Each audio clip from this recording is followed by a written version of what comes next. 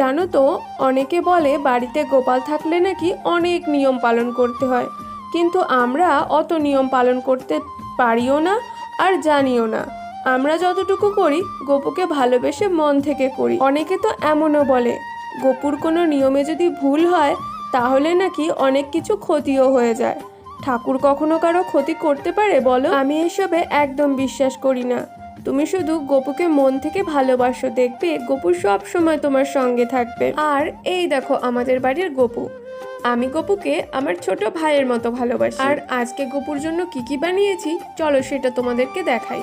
দেখো, এখানে ছিল সুজি, কলার বড়া, এখানে ছিল তালের বড়া, আর তার সঙ্গে ছিল লুচি, মালপোয়া আর ওই সাজের পিঠে। আর আজ তো গোপুর জন্মদিন, তাই গোপুকে আমি ভালো করে স্নান করিয়ে এই নতুন জামাটা পরিয়ে দিলাম।